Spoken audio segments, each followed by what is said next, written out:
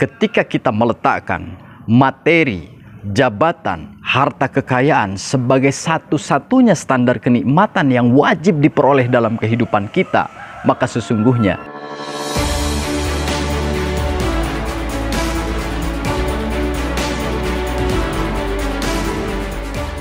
Assalamualaikum warahmatullahi wabarakatuh. Semangat pagi, semangat planter Indonesia. Terima kasih Anda masih menyaksikan tayangan video dari Motivasi Planter. Semoga Anda sehat selalu, berlimpah kenikmatan dan bahagia dimanapun Anda berada. Bicara tentang kenikmatan, telah banyak yang Tuhan berikan kepada kita, dan kita tidak mungkin dapat untuk mencatat seluruh kenikmatan yang telah kita rasakan, sekalipun seluruh batang pepohonan di muka bumi dijadikan pena dan air lautan dijadikan tinta, tidaklah mungkin kita akan dapat mencatat setiap kenikmatan yang telah diberikan oleh Tuhan dalam kehidupan kita. Pada tayangan video kali ini saya ingin berbagi kepada Anda mengenai 4 standar kenikmatan yang mesti diketahui oleh Anda yang bekerja di perkebunan kelapa sawit atau Anda yang bekerja dimanapun, agar kita mampu meletakkan standar kenikmatan dalam kehidupan kita.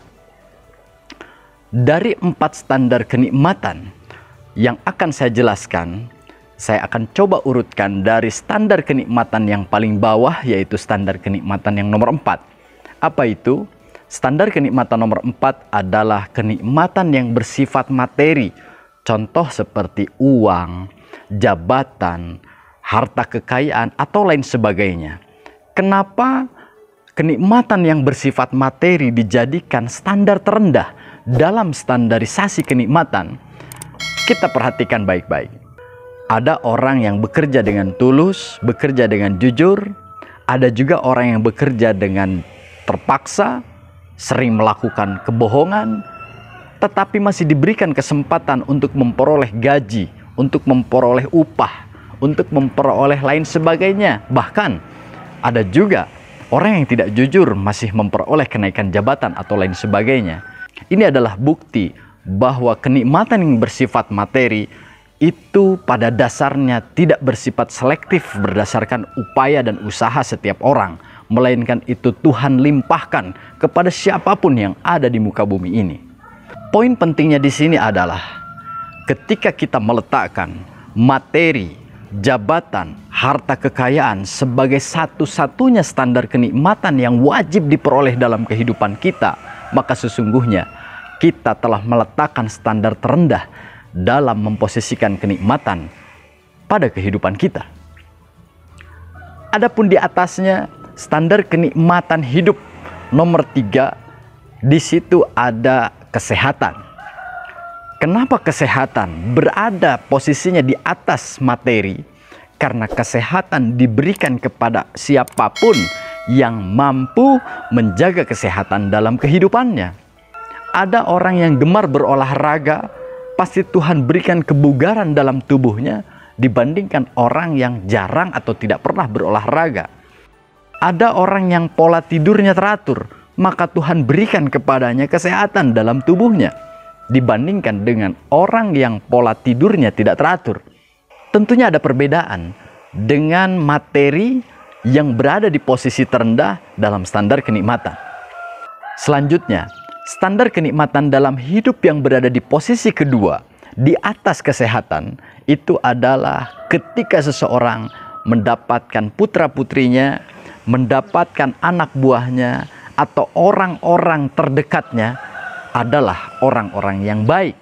Dalam dunia kerja, betapa beruntungnya seorang pimpinan mendapati anak buahnya yang berkinerja baik, yang berperilaku baik. Tetapi baiknya seorang anak buah, baiknya tim kerja, itu tidak serta-merta ia peroleh. Tetapi di situ ada effort, ada upaya dari seorang atasan untuk menjadikan anak buahnya sebagai orang yang baik, sebagai orang yang berkinerja penuh prestasi. Setiap hari seorang atasan berusaha untuk mengajarkan materi kerja. Setiap hari seorang atasan tidak bosan memberikan contoh perilaku-perilaku terbaik, sehingga di situ tercipta satu lingkungan yang menjadikan setiap anak buahnya atau orang-orang di sekelilingnya menjadi orang-orang yang baik. Dan hal ini bisa kita umpamakan juga dalam kehidupan. Jika seseorang memiliki putra-putri yang baik, tentu tidak serta-merta anak-anaknya menjadi baik, tetapi di situ ada kontribusi dari seorang ayah, seorang ibu, seorang kepala keluarga yang menjadikan putra-putrinya sebagai orang-orang yang baik. Adapun standar kenikmatan yang tertinggi atau standar kenikmatan yang nomor satu, itu adalah ketika semesta dan seluruh orang-orang yang berada di dalam lingkungan kita menerima akan kehadiran kita. Ketika kita diandalkan, ketika kita diberikan kepercayaan, ketika kita selalu dicari, ketika hadirnya kita membahagiakan orang lain, dan ketika hilangnya kita, perginya kita menjadikan kesedihan bagi orang lain, maka itulah standar kenikmatan tertinggi di dalam kehidupan kita. Ketika semesta menyatakan menerima kehadiran kita, maka Tuhan pun akan menerima akan segala kebaikan kita, dan itulah kenikmatan dengan standar yang tertinggi di dalam kehidupan kita. Karena kita mendapatkan legitimasi atas kebaikan-kebaikan yang kita tebarkan dalam keseharian kita di kehidupan ini. Semoga tayangan video ini bermanfaat untuk meletakkan standar kenikmatan kita lebih baik lagi, lebih meningkat lagi. Materi bukan segala-galanya, tetapi kesehatan orang-orang terdekat, anggota kita, anak buah kita, dan tentunya keberterimaan semesta, seluruh orang-orang yang ada di sekeliling kita, itu menjadi tujuan utama. Karena itu menentukan keberterimaan Tuhan yang telah menciptakan kita.